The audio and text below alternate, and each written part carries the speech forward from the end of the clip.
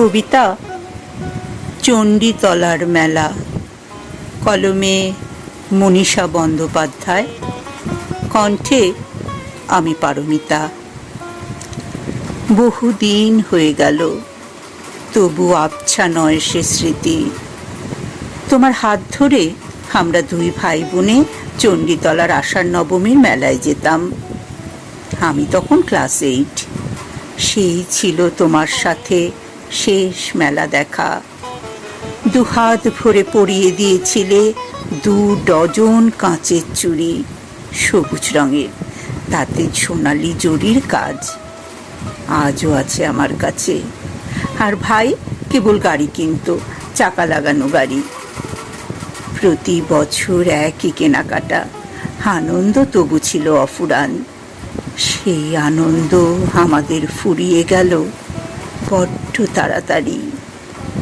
বিনা নোটিশে হঠাৎ করে চলে গেলে তুমি।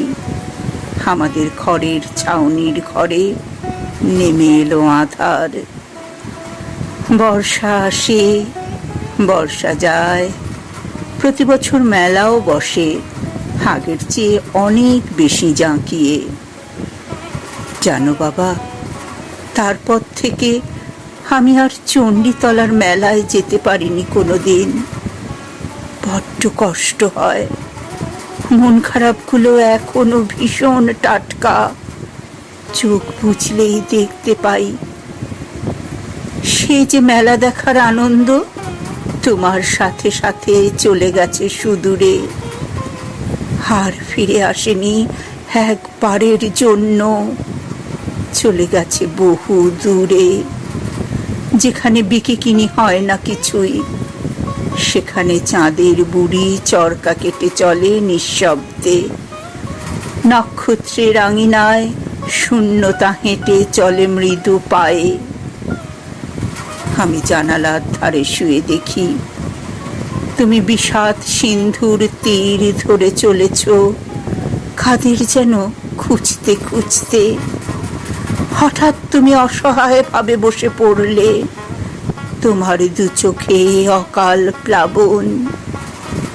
তোমার কি মনে পড়ে গেল চণ্ডীতলার মেলার কথা?